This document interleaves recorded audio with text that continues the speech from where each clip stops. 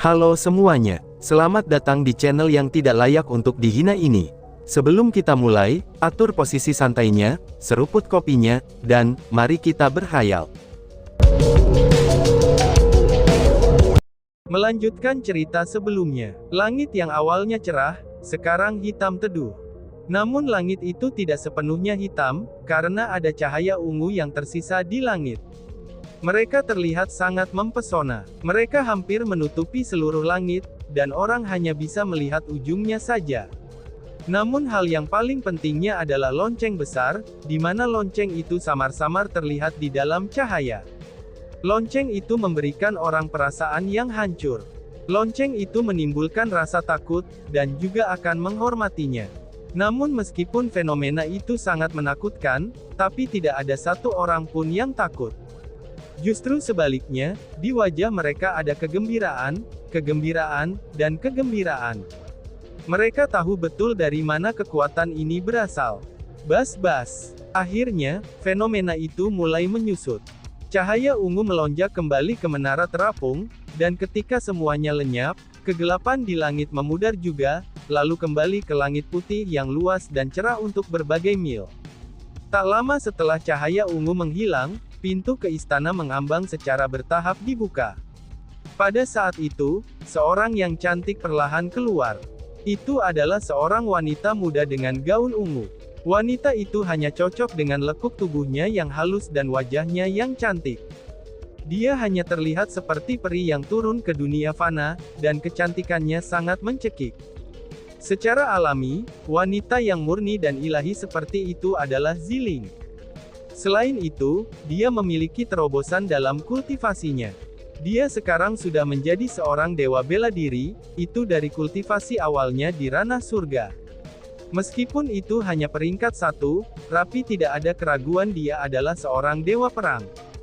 Hahaha, Ziling, apakah kamu berhasil? Ucap teman-temannya.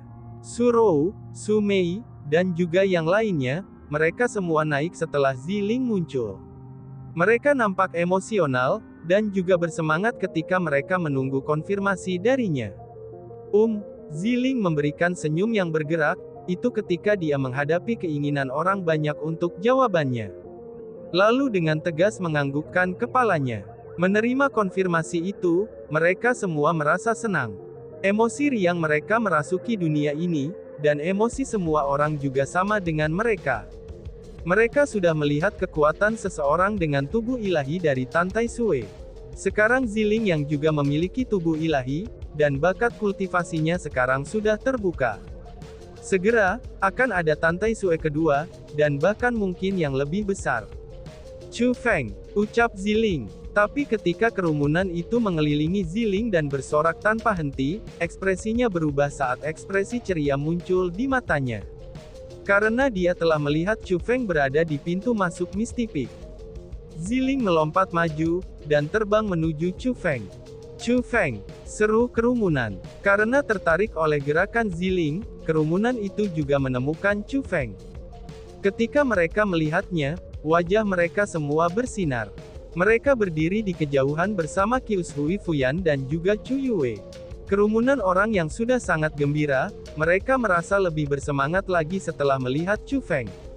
Mereka semua bergegas, dan mengepung sosok Chu Feng. Chu Feng, akhirnya kamu bangun. Bagaimana perasaanmu? Apakah ada ketidaknyamanan? Yang mana yang tidak nyaman? Tanya Ziling. Ziling melihat ke atas dan ke bawah, lalu dengan hati-hati memeriksa Chu Feng, karena dia takut ada hal buruk yang mereka abaikan. Jangan khawatir, aku sudah benar-benar sembuh. Jawab Chu Feng sambil dengan ringan tersenyum. Dia dengan lembut membelai rambut lembut Ziling dan berkata, Ziling, selamat. Kamu akhirnya menyingkirkan diri kamu dari belenggu Heaven Gripping Pill, ucap Chu Feng. Tapi daripada itu, aku lebih senang bahwa kamu sudah bangun, balas Ziling. Mata Ziling berkilauan, lalu dia tiba-tiba melompat ke depan dan memasuki pelukan Chu Feng. Dia tidak menolaknya, dan meskipun ada banyak para pengamat, tapi Chu Feng masih membuka lengannya dan memeluk kecantikan kecilnya di pinggangnya. Tidak ada yang menyembunyikan emosi mereka, itu ketika mereka melihat itu. Justru sebaliknya, kegembiraan di wajah mereka menjadi lebih kuat lagi. Karena bagi mereka, ini adalah reuni yang sangat langka. Seperti yang dikatakan Ziling, dibandingkan dengan penyembuhannya, kebangkitan Chu Feng adalah sesuatu yang jauh lebih layak untuk dirayakan. Itu tidak hanya berlaku untuk Ziling saja, tetapi juga untuk semua orang. Ketika dua peristiwa yang menggembirakan itu terjadi, tentu saja harus ada perjamuan. Pada hari itu, semua orang meletakkan pekerjaan mereka, dan mengangkat cangkir mereka dan minum dengan penuh kegembiraan. Dalam perjamuan itu, Chu Feng dan Ziling tidak diragukan lagi menjadi karakter utama yang orang fokuskan. Namun meski begitu, Chu Feng juga mengamati kerumunan. Di antara wajah-wajah yang sudah dikenalnya, dia menemukan seseorang yang seharusnya tidak berada di sini, yaitu Immortal pertama. Mantan kepala 9 Immortal dari Kepulauan Eksekusi Abadi, demi untuk membantu Chu Feng menghindari bencana kematian dan sebagai pengecualian, dia tinggal di puncak berkabut. Itu memang tampak seperti akhir yang layak, tetapi Chu Feng menemukan di hari yang ceria ini, tidak ada banyak ekspresi bahagia di wajahnya. Malahan sebaliknya, ada sedikit kekhawatiran dan ketidakberdayaan yang hampir tidak terdeteksi. Saudari Fuyan, mengapa aku tidak melihat Ya Fei? Chu Feng bertanya kepada Qiu Shui Fuyan di tengah kebingungannya. Ini, Chu Feng, jujur saja, tubuh fisik Ya Fei telah hancur. Akan sangat sulit untuk membuatnya kembali. Sebenarnya, ibuku berbohong kepada Immortal pertama, kata Qiu Shui Fuyan. Apa, berbohong Immortal pertama berarti Ya Fei belum dihidupkan kembali? Seru Chu Feng dengan cukup terkejut. Dia telah dibohongi, dan Ya Fei tidak bisa dihidupkan kembali. Namun meski begitu, dia tidak akan mati. Meskipun kami tidak dapat membangun kembali tubuh fisiknya, kesadarannya tidak akan hilang di Misty Peak. Maka dari itu, tidak akan ada masalah baginya untuk terus bertahan hidup di tempat ini, kata Qiu Shui Fuyan. Oh, aku mengerti, ucap Chu Feng. Chu Feng tampaknya mengerti, mengapa Immortal pertama merasa sangat tidak berdaya. Sesuai sifatnya, tidak ada kemungkinan kalau dia akan tinggal di Misty Peak. Namun pada saat ini, dia melakukan semua ini karena cucunya. Karena berita itu, Chu Feng merasa agak bersalah di hatinya. Meskipun hubungannya dengan Immortal pertama belum terlalu banyak, tapi jika itu bukan untuknya, hampir tidak mungkin bagi Chu Feng untuk menumbuhkan teknik misterius transferensi Immortal. Terlebih lagi, tidak mungkin mengalahkan Jiang Qixia dan Murong Mintian. Itulah yang bisa membuat mereka menang. Mereka mengalahkan semua musuh mereka di wilayah Laut Timur, jadi dia harus mengatakan bahwa Immortal pertama telah membantu sedikit. Tetapi sayangnya, mereka tidak dapat menepati janji mereka sebelumnya. Dengan begitu, bagaimana bisa Chu Feng tidak menyalahkan dirinya sendiri? Terutama setelah mengingat bahwa Immortal pertama mengkhianati kekuatannya sendiri hanya untuk cucunya, namun masih tidak dapat membawanya kembali untuk hidup.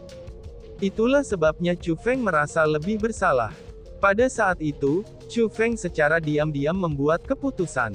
Jika dia memiliki prestasi dalam kultivasi di masa depan, maka dia pasti akan kembali ke wilayah Laut Timur, dan membantu Ya Fei untuk membangun kembali tubuhnya. Dia akan mengembalikan bantuan ini kepada Immortal pertama. Senior First Immortal, aku menyatakan permintaan maaf aku tentang Ya Fei, ucap Chu Feng.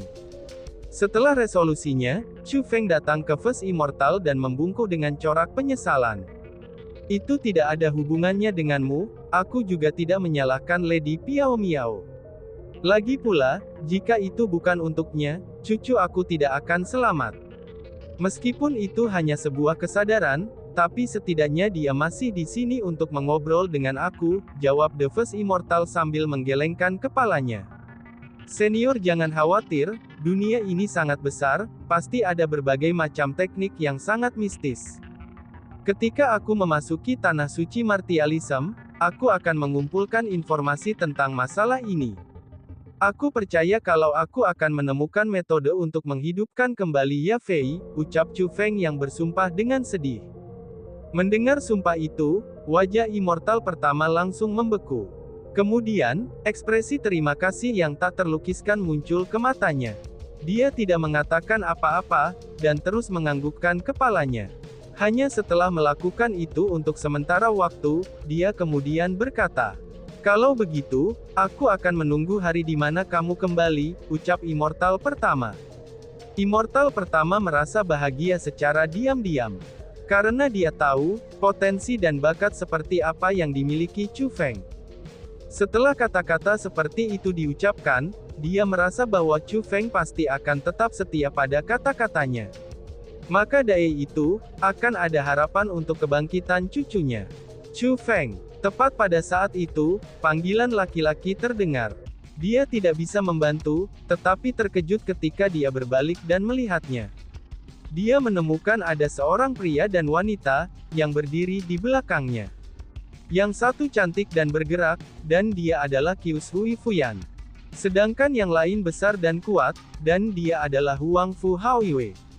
Chu Feng, aku ingin berbicara denganmu tentang beberapa hal berdua saja. Apakah kamu punya waktu? Huang Fu Haoiwei berkata sambil tersenyum tipis. Huang Fu senior, kita akhirnya bertemu lagi. Oke, balas Chu Feng. Hati Chu Feng saat ini dipenuhi dengan kegembiraan yang tak tertandingi. Dia tidak bisa membantu, tetapi mengungkapkan senyum sukacita yang tak tertahankan. Sedangkan Huang Fu Haoiwei, dia hanya tersenyum tipis di wajahnya. Dia pertama-tama berkata kepada Qiu Shui Fuyan, "Fuyan, tunggu aku di sini." Lalu setelah mengatakan itu, arahan pandangannya mengarah ke Chu Feng dan berkata, "Chu Feng, ikuti aku," ucapnya. Suara mendesing. Setelah berbicara, Huang Fu Haoiwei naik ke udara. Dan setelah itu, Chu Feng segera mengikutinya. Mereka berdua terbang ke kejauhan, dan segera menghilang ke cakrawala yang jauh. Melihat mereka pergi, semua orang menaruh keprihatinan tentang masalah ini. Kerumunan mengungkapkan ekspresi rumit, karena mereka tahu pembicaraan yang akan datang adalah yang paling penting bagi Chu Feng. Mereka terus terbang, dan hanya ketika mereka merasa jauh dari hiruk-pikuk, barulah mereka berhenti di lokasi di mana mereka tidak bisa dilihat. Setelah berhenti, Huang Fu Haoiwei mulai memeriksa Chu Feng dengan hati-hati. Ekspresi di matanya sangat rumit, dan ada beberapa yang tak terkatakan. Kemudian setelah beberapa lama, dia mengangguk dan berkata, "Kamu ternyata sudah dewasa. Misi aku harusnya sudah dianggap selesai," ucap Huang Fu Haoiwei. "Senior Huang Fu, apakah kamu dapat mengatakan yang sebenarnya sekarang?" Tanya Chu Feng yang sudah tidak bisa menahan diri lagi. "Kebenaran ya, apakah pertanyaanmu ini merujuk kemana dan siapakah orang yang aku bawa dari benua 9 provinsi?" Huang Fu Haoiwei bertanya sambil tersenyum. "Aku ingin mengetahui semuanya. Setelah kamu memasuki jalan surgawi sampai kamu meninggalkan jalan surgawi, dan juga semua yang terjadi selama waktu itu," kata Chu Feng. "Hehehe, jika kamu benar-benar ingin tahu, maka aku benar-benar harus mulai dari awal," jawab Huang Fu Haoiwei sambil tersenyum ringan. Dia mengambil napas dalam-dalam, lalu menghembuskan napasnya. Setelah itu, barulah dia mulai berbicara. Saat itu, gereja surgawi perembakaran berkelana ke jalan surgawi. "Kami ingin memasuki tanah suci martialism, dan mencari jalan yang lebih baik dalam kultivasi. Namun sayangnya, kami terlalu meremehkan jalan surgawi. Ada halangan di sana, dan halangan itu membawa kerugian besar bagi gereja surgawi pembakaran. Setiap orang dari jutaan anggota telah mati. Namun hanya aku yang selamat," ucap Huang Fu Haoiwei. "Halangan, pembantaian, apa maksudnya itu? Senior Huang Fu, apa yang kamu temui di jalan surgawi?" tanya Chu Feng. "Aku benar-benar tidak tahu apa itu. Namun karena kamu bersiap untuk memasuki jalan surgawi, aku harus mengingatkan kamu bahwa itu tidak mudah untuk dilewati," ucap Huang Fu Haoiwei. Huang Fu Haoiwei pertama-tama menghela nafas, kemudian berkata lagi, "Sebenarnya, alasan kami berani pergi ke jalan surgawi adalah, karena kami memegang sejumlah kepercayaan. Salah satu leluhur gereja Burning Heaven kami, dia melihat tablet batu di sisa-sisa zaman kuno. Dan di atasnya, rahasia jalan surgawi juga ditulis. Jika seseorang memasuki jalan surgawi, mereka akan berjalan melawan surga. Mereka yang masuk akan mengambil setengah langkah dalam kematian, dan setengah dalam kehidupan. Sedangkan untuk mereka yang mundur, mereka benar-benar akan mati. Itulah yang ditulis oleh tablet batu. Chu Feng, tahukah kamu apa artinya itu? Tanya Huang Fu Haoiwei. Jika seseorang memasuki jalan surgawi, mereka berjalan melawan surga. Mereka yang masuk akan mengambil setengah langkah dalam kematian, dan juga setengah dalam kehidupan. Sedangkan untuk mereka yang mundur, mereka benar-benar akan mati, ucap Chu Feng mengulangi kalimat itu.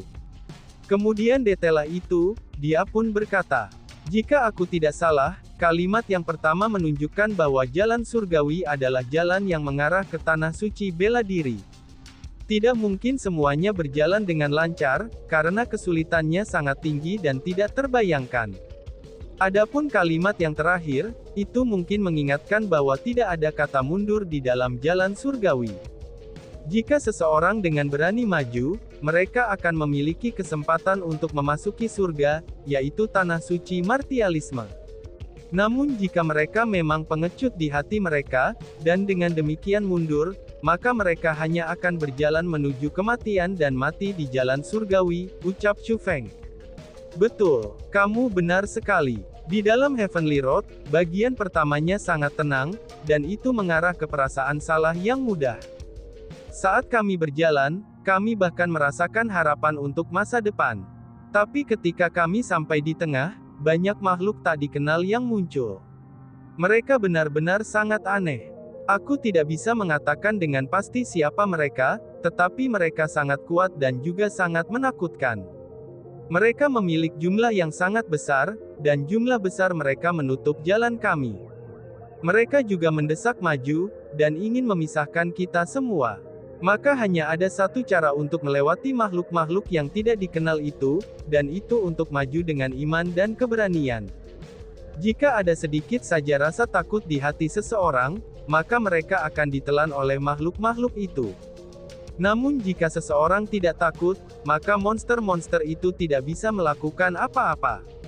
Namun ketika menghadapi hal-hal mengerikan seperti itu, tetap saja sangat sulit untuk tetap tenang dan membuang teror di hati seseorang. Meskipun kita telah dilatih secara khusus sebelum memasuki jalan surgawi, tapi ketika itu adalah kenyataannya, maka sebagian besar dari kita telah kehilangan akal sehatnya. 70%-nya itu, disebabkan oleh monster itu. Mereka melupakan pelajaran paus saat mereka berbalik dan berlari. Tetapi pada akhirnya, mereka masih ditangkap oleh makhluk-makhluk itu dan kehilangan nyawa mereka. Sedangkan sisanya, mereka memilih untuk melanjutkan dengan berani. Tetapi ada terlalu sedikit yang tidak memiliki rasa takut di hati mereka. Dari 30% yang tersisa, hanya 1% yang selamat di tengah gelombang makhluk yang tak dikenal itu. Tapi tak lama setelah melewati makhluk-makhluk itu, gelombang lain telah menghadang kami. Namun anehnya, mereka berbeda dari yang sebelumnya. Jika dilihat di permukaan, tingkat kekuatan dan teror yang mereka bawa, itu agak kurang dari gelombang makhluk yang pertama. Namun sayangnya, mereka bukan eksistensi yang bisa kita tangani. Meskipun kita bisa melewati gelombang monster pertama dengan betapa menakutkannya mereka, kami menganggap itu tidak sulit untuk melewati gelombang kedua. Lagi pula di permukaannya, tidak peduli dengan jumlah dan kekuatan, gelombang kedua ini lebih rendah dari yang pertama. Tapi ternyata kami salah. Meskipun mereka tampak lebih rendah, tapi tuntutan gelombang kedua sebenarnya jauh lebih keras. Mungkin saja karena ketakutan kita belum sepenuhnya dibersihkan, jadi kita diserang oleh gelombang kedua. Namun kali ini, mereka mulai membantai kami. Mereka benar-benar tanpa ampun. Paus kami terus memimpin jalan, dan akhirnya dia terbunuh dengan kejam. Dengan cepat setelah itu, semua orang menerima pukulan fatal. Monster-monster itu terlalu mengerikan. Kami tidak punya peluang melawan mereka, dan kami juga tidak bisa melewati mereka. Sebelum emosi yang menakutkan dan keinginan untuk bertahan hidup muncul, akhirnya aku menyerah pada pemikiran untuk maju tanpa rasa takut. Aku pun pada akhirnya memilih untuk melarikan diri. Ketika aku melarikan diri dengan panik, entah kenapa aku menemukan suatu daerah. Aku tidak akan pernah melupakan tempat itu, jelas Huang Fu Haoiwei. Napas Huang Fu Haoiwei mulai menjadi tidak menentu, dan bahkan ekspresi di matanya menjadi tidak stabil. Chu Feng tidak menyelidikinya untuk segera menjawab, karena tempat itu sangat mempengaruhi Huang Fu Haoiwei. Jadi, Chu Feng menunggunya untuk melanjutkan. Perasaan tempat itu sangat istimewa, dan aku benar-benar tidak bisa menggambarkannya. Tidak peduli gaya bangunan ataupun aura keseluruhannya, tempat itu memberi orang perasaan yang sangat gelap, dan juga menimbulkan kegelisahan pada mereka. Menggunakan kata menakutkan untuk menggambarkan tempat itu, ini sangatlah cocok. Akan tetapi, jika kamu ingin aku benar-benar menggambarkan perasaan yang kuterima dari tempat itu, meskipun deskripsinya hanya satu kata juga, yaitu menakutkan, dan itu sama sekali bukan tempat yang suci, jelasnya. Setelah mengatakan itu Huang Fu Haoiwei tersenyum pahit, lalu memandang Chu Feng dan berkata, "Disitulah kamu dan aku bertemu," ucapnya. Dan tiba-tiba saja bersambung. "Sekian dan terima kasih banyak. Bye-bye."